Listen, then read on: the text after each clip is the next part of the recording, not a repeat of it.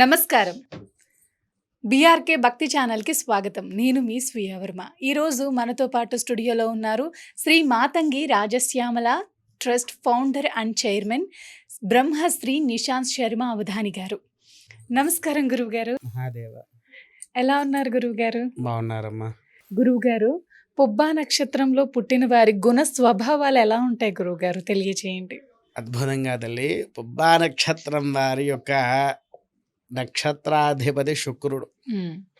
శుక్రుడేంటి? రాక్షస జాతికి గురువు. హ్మ్. రాక్షస జాతికే గురువు. శుక్ర మహర్షి గురువు. అవును గురువుగారు. అయితే ఈ స్వభావం కూడా ఎలా ఉంటుందంటే, అసలైతే నక్షత్ర గుణ ప్రకారం రాక్షస గుణమే. కాకపోతే లగ్నాలు అనేది మారుతాయి కాబట్టి లగ్నానికి ఒక్కొక్క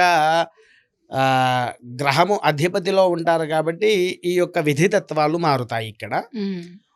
స్వభావం అంటారా, ప్రేమ ఆప్యాయత అన్నీ కలుపుతే ఎలా అయితే ఉంటుందో అలా ఉంటారని చెప్పొచ్చు. ప్రేమకు ప్రేమ, ఆప్యాయతకి ఆప్యాయ, కోపానికి కోపం, తాపానికి తాపం, అన్ని రకాలుగా చూపిస్తారు వారు.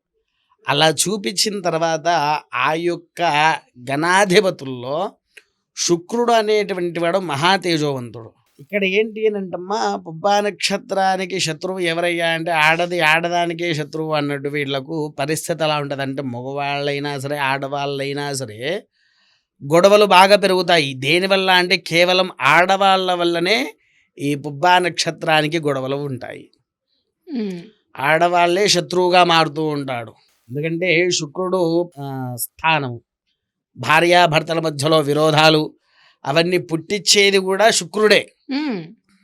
గ్రహస్థితుల వలన వారి ఇరుగురికి కుండలి బాగున్నా శుక్రగ్రహం బాగాలేదు అంటే ఇక గొడవలే విడాకులే అవుతాయి వారికి. లేదా మామూలుగా కూర్చొని ఉంటారు. ఇప్పుడు కృష్ణుల వారు ఉన్నారు, వినాయక చవితి రోజున కేవలం చందమామను చూసినందుకే నిందల పాలయ్యారు అని అంటారు. ఎప్పుడైతే ఈ శుక్రగ్రహము నీచకృత్యంలో పడుతుందో అప్పుడు ఏ మగవాడైనా ఏ ఆడదైనా సరే నిందల పాలవుతారు అనేది శాస్త్రం. శుక్రుడి యొక్క లక్షణాలు అవి. ఆడవాళ్లతో శత్రువులుగా మార్చి, ఆడవాళ్ళనే శత్రువులుగా చేసి, ఆడవాళ్ళనే ఒక స్థితిగతుల్లోకి మారుస్తూ ఉంటారు. విన్నారా తల్లి? అందుకోసమే ఈ యొక్క పుబ్బా నక్షత్రం వారు చాలా జాగ్రత్తగా ఆచితూచి వ్యవహరించాలి ప్రతి ఒక్క విషయంలో. వీళ్ళు వాడవలసినటువంటి బొట్టు వంట వార తల్లి శ్వేతగంధము. విన్నారా? ఈ శ్వేతగంధము వాడితే అద్భుతమైన ఫలితాలు ఉంటాయి. వీరికి అద్భుతమైన ఫలితాలు ఉంటాయి. దీంతో పాటు మనకు శివాలయంలో భస్మము అని దొరుకుతుంది. భస్మము అయినా ఈ శ్వేతగంధము అయినా వాడితే చాలా బాగుంటుంది. చూసావారా తల్లి శ్వేత? లేదు గురుగారు, చూడలేదు. ఇదే మొదటిసారి చూడటం. అవునా? ఇదొక్కసారి తీసుకొని చేపట్టు. ఇవి చిన్న చిన్న ఉండల కింద ఉంది. ఉండలుగా ఉంటుంది. అది వాసన చూడు తల్లి ఒక్కసారి. చాలా సుగంధభరితంగా ఉంది గురువుగారు. అసలు చందనం, విభూది అన్నీ కలిపినట్టు ఉన్నాయి. అలా ఉండదు తల్లి. ఎందుకనంటే ఇప్పుడు మీరు ఒక శివాలయంలో మనం ఈశ్వరుడికి అభిషేకం చేస్తూ ఉంటే ఎలాంటి ఫీల్ వస్తుంది? అవును అవును గురువుగారు. అంతటి సుగంధమైనటువంటి వాసన వస్తుంది ఆ గంధం.